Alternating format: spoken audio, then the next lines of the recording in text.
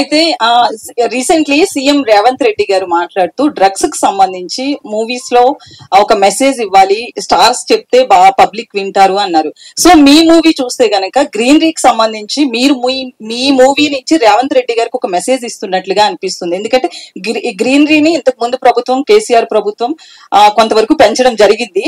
So మీ cinema నుంచి రేవంత్ రెడ్డి గారికి indirect గా మెసేజ్ ఇస్తున్నట్లు అనుకోవచ్చా?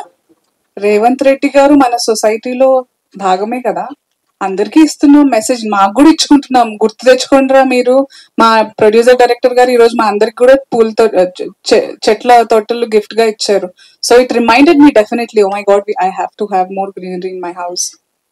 అందరికి రేవంత్ రెడ్డి గారనే కాదు, ఆయనకి అంటే ఇఫ్ యూర్ థింకింగ్ అందులో వెతికి పోయిన గవర్నమెంట్ అవన్నీ ఏం లేదండి. మనకి చెట్లు అంటే ఆ గవర్నమెంట్ అంటే పీకేస్తున్నామా? కాదు కదా, ఆ వాళ్ళు నాటారని ఇప్పుడు పీకేద్దామా ఏంటి? లేదుగా, మనకు కావాలి చెట్లు అనేవి ఎప్పటికైనా. It's not, it's for all of us. మనం అందరం ఒక కమ్యూనిటీ, సొసైటీ, మనందరికీ మూకుమ్మడిగా కావాల్సింది nature.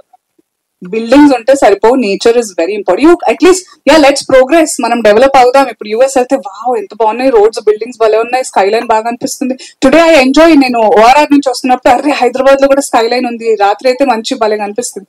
I like it, but we have to learn to balance. ఒక్కొక్కళ్ళది ఒక్కొక్క యుద్ధం, నాదొక యుద్ధం ఈ ఇండస్ట్రీలో ఉండి సాధించాలి మనం అంతే.